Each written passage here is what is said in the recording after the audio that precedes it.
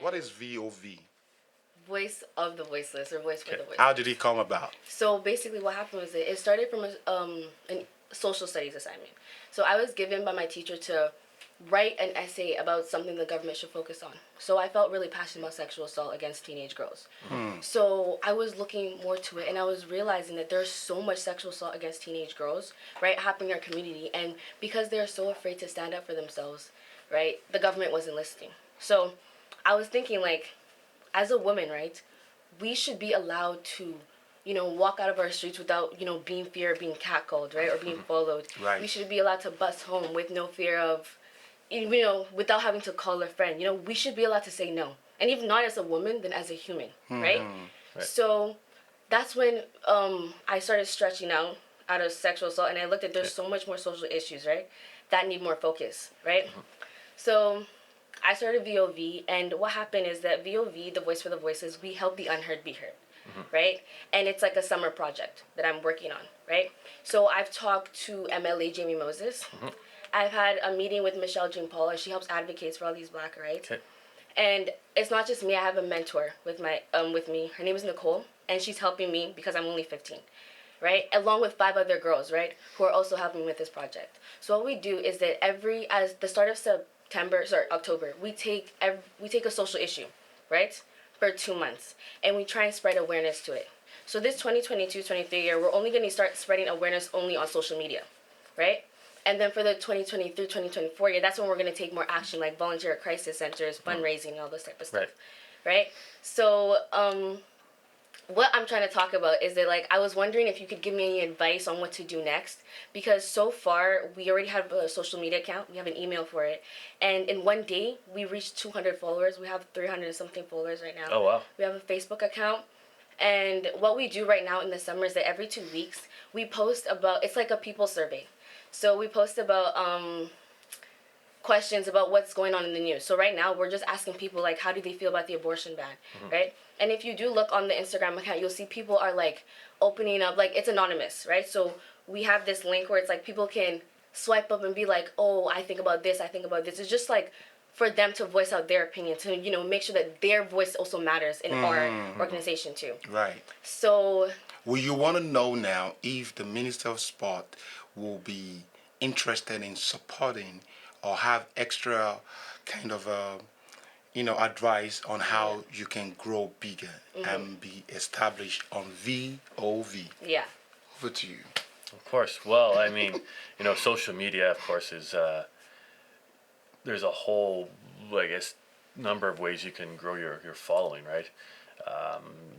If you have a few dollars, right, boosting posts and that seem to help reaching a greater facility. But also, I mean, what we all tried this in the past, where you tag certain people in a post, interview with them, have a conversation with somebody. Say you're talking about sexual harassment and sexual assault.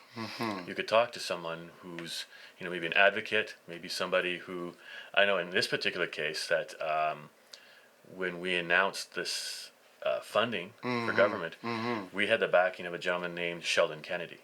Now, if you know the name, but Sheldon Kennedy was a NHL player, but he was also a victim of sexual assault when he was playing hockey growing up.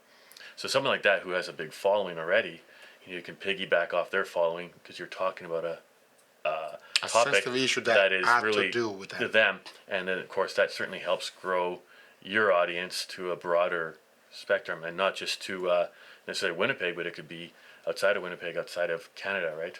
Right. So, I mean, that's what we like. I think that's always a great way of doing it, is just, the organic growth. And that seems to grow. And I don't think you need too much advice. You grew to 300 followers in a day or two. So, And we at Africanad Platform Media, that's what we do, to giving that platform and amplifying stories and initiative like this. Yeah. And that's why we encourage young ones. We have a lot of volunteers throwing in already that our capacity is not enough to really carry because we lack some funding. So this is a good opportunity, and I'm glad you brought that question to the minister. Yeah. And you remember now we have the safe spot is one of those areas and where you can come in, because a lot of these things happen through sport, through recreation, where people least expect it. Yeah. And I'm just giving you the, don't worry, we're going to do very, very fun on this. You're Very right. good. Absolutely. No. So, I mean, if they want to talk about safety in sport and like that, either myself or somebody from the sport community, reach out to my office and we could find maybe somebody who could speak as a subject matter expert on that. VOV just got endorsed. Boom. There you go. That'd be exciting. So, get hold of me through AY here. We will. I can't run away from him. I know. No, I can't get away from him at all. No. But yeah, let me know, and then we'll see if we can line someone up to reach out to you. I think that would probably help. Awesome. Yeah. And because this is summer and most, if not all of them, are now on summer break. We have a lot of things going on just because of the pandemic. Now, things now calming down, and we want to get out. Even want to do something like back to school, and we have a beautiful bag made with African. Oh, Yes. look at that. Yeah. Bring them. Wow. Bring them. Bring them. We have all this. There's one outside also, Bumi, that have a kente. They have another kente. Oh, look at this. Yes. Look at this. This is very Yeah. beautiful colors. Our people, when you see African people and they face a lot of discrimination, and it affects their mental, especially those that are new immigrants. Right. Without talking, they find solace in what they put on.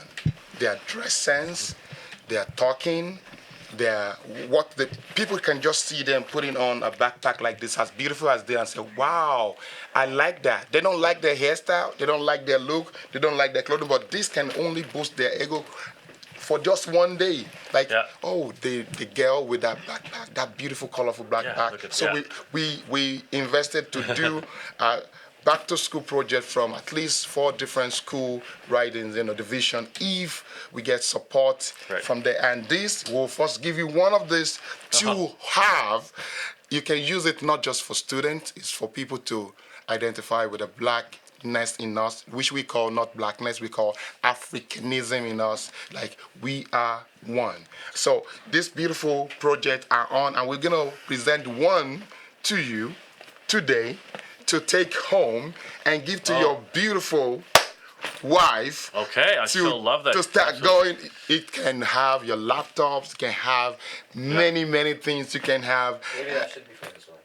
Yeah, that one is coming. No, wait, we have something limited also for walk through, and you are so right, because we have limited of that. We're gonna give this also for going out to, shopping, maybe just going on holiday. And this, bring it. This looks fabulous, good, right? There we go. She will like this. Oh, she'll love that. If you're watching us, which one do you think the minister's wife will like? Vote. So we want to keep doing this kind of initiative, and we hope that it will encourage and give confidence more to those young and even adults out there that lacks that confidence. This just putting this on and going on your way to your work can only brighten your day if somebody commend you and say, wow, I love that. And that makes you put a smile on your face. Exactly. Yeah, absolutely. So thank you again, Minister. You are a friend to the African community, and we can now stop maybe soon if Stephen sings that. Happy Canada's Day! Keep watching Africanad TV. Bye.